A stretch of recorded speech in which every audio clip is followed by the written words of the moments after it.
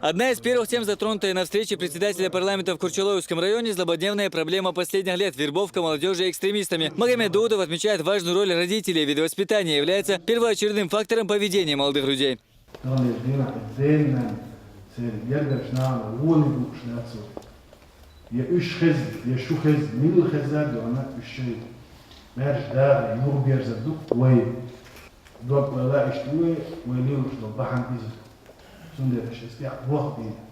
Здесь же Магомед Даудов поднял проблему отсутствия правоустанавливающих документов на собственность у населения. По словам спикера, в решении этого вопроса должны быть заинтересованы сами люди, так как в случае возникновения чрезвычайных ситуаций отсутствие необходимой документации может усложнить процесс оказания помощи. Спикер поручил совместно с первым заместителем руководителя аппарата парламента Чеченской Республики Мухмадом Асхабовым добиться хороших результатов в этом направлении. Затронули здесь и тему оплаты жилищно-коммунальных услуг. Общемировая практика такова, что за потребляемые блага цивилизации необходимо платить, и это должны осознавать и жители нашей республики.